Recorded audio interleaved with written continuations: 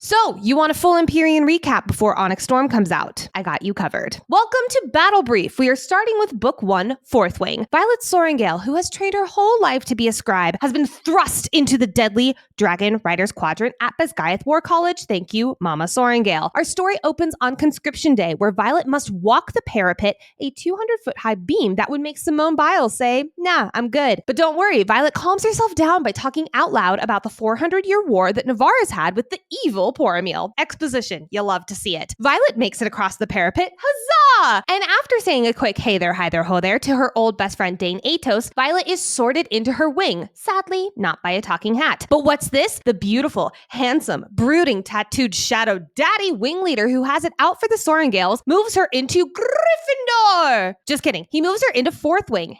Hey, isn't that the name of this book? But now it's time for school and get ready for a classic months-long training fantasy montage filled with sneakily poisoning her opponents on the mat, climbing up the deadly gauntlet with the giant hanging balls, daily classes with 100% absolutely correct information that is not at all being censored by leadership, and of course, oogling the wing leader, who, according to Dane, is officially out to get her. But now it's Threshing Day, one of the most lethal days for all of the first years, where they must go out into the valley and bond one of the coveted and flame-happy dragons. Violet notices a group of overly confident douche canoes who are taking a bit of a different approach to threshing by going off and murdering the tiny golden dragon. What could go wrong? Violet comes to the tiny golden one's aid and fights off the dragon assassins until something huge lands behind her. It's our favorite middle-aged curmudgeon of a dragon. With an I choose you, Pikachu, the dragon Terran and Violet go to add themselves on the dragon roster. But that tiny golden dragon just won't leave Violet alone because she also chooses Violet Sorrengail. But the twists keep on twisting. Her curmudgeon dragon is mated to Sigale, wing leader Xaden's dragon. And now their lives are interdependent, where if she dies, it starts off a chain of reaction that leads to Xaden's death too, which means our shadow daddy has to keep Violet, his definite mortal enemy, alive. Oh no! Forced proximity! Shoot! There's one more threshing surprise. Dane kisses Violet, and it's about as awkward as kissing your cousin.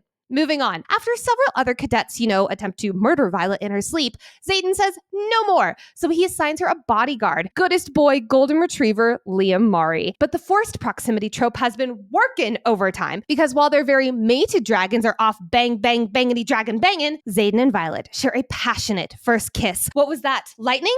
Or a euphemism. Wink! Several more months of training go by and the final exams are underway in the form of war games. Violet, in her drive to protect her goodest boy bodyguard Liam, gets a surge of power and unleashes her signet, killing Jack fucking Barlow with a lightning bolt. Looks like that wasn't a euphemism after all because Violet Sorrengail is a lightning wielder. Later that night, wanting to forget all her new deadly problems, Xaden goes to Violet's room and bang, bang, bangity bang. I said I never lost control like that.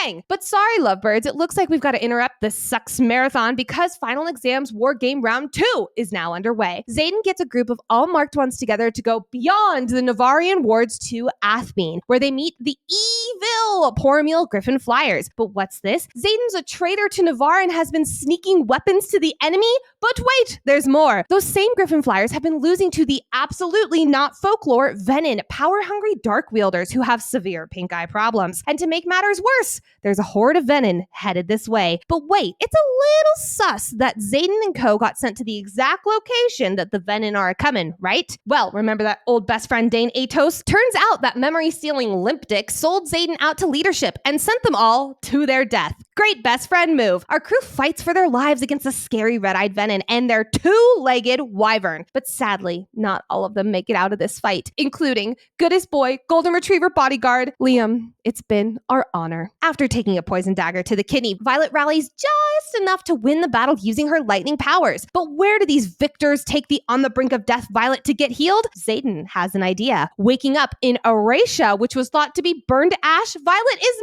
mended. But by who? By he's supposed to be dead, Violet's older brother, Brennan. Welcome to the revolution, Violet. But we've got a whole other book, so now it's book 2, Iron Flame. The crew that fought in Athbean heads to Basgiath with our no longer baby Andarna. Nope, she's a sassy teenager now, arriving just in time for graduation and to convince leadership that they are indeed not dead. We are introduced to the new vice commandant, Dolores Umbridge. Oh no, it's Burton Varish, and TLDR, homeboy is bad news. Literally getting kicked out of his previous job for being too excited about torture.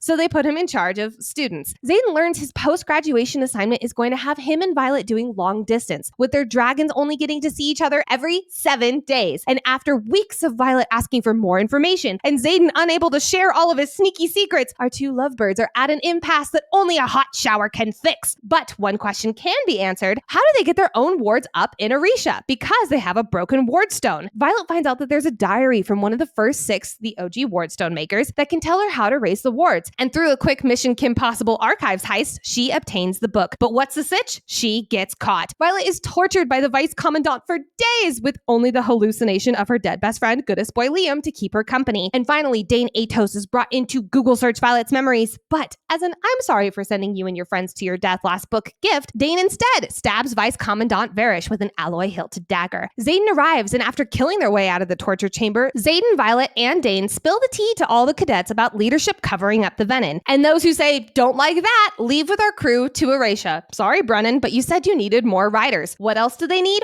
Weapons and a luminary to make them. So it's time for a field trip to Poromil. But in addition to negotiating for a luminary, we get introduced to a new character, Catriona, aka Cat. Not a real cat, but a Griffin flyer, a robe aficionado, and Xaden's ex-girlfriend. The deal is struck. You can have the luminary if you also take the Griffin flyer students who survived their school getting overtaken by venom. Griffin flyers and dragon riders under one academic system, it's the best of both worlds, right? But it looks like our leadership is taking more inspiration from Hannah Montana because it's the climb up the cliffs of Draelor. Violet's confidence is shaken thanks to Kat's ability to use mind work to enhance her jealousy. So being the kind, courteous partner that Xaden is, he shows her just how much she, and only she, is on his mind, and throngity bang. I said, did he just speak into my mind?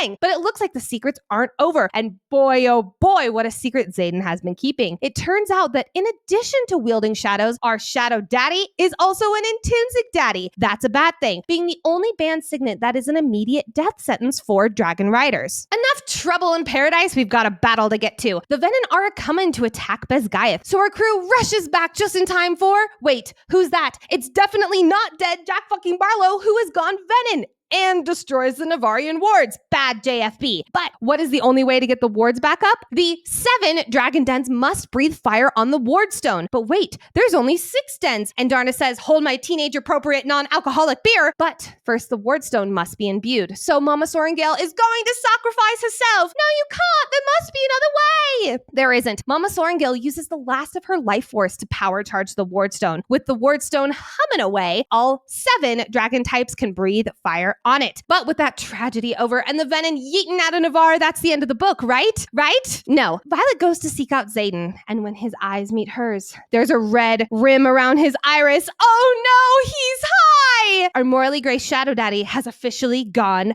venom. Dun dun dun! Want a more in-depth Empyrean recap? You can check out our full chapter-by-chapter battle briefs for Fourth Wing and Iron Flame. Links to both are in the show notes. And enjoy attempting to stay sane until January 21st.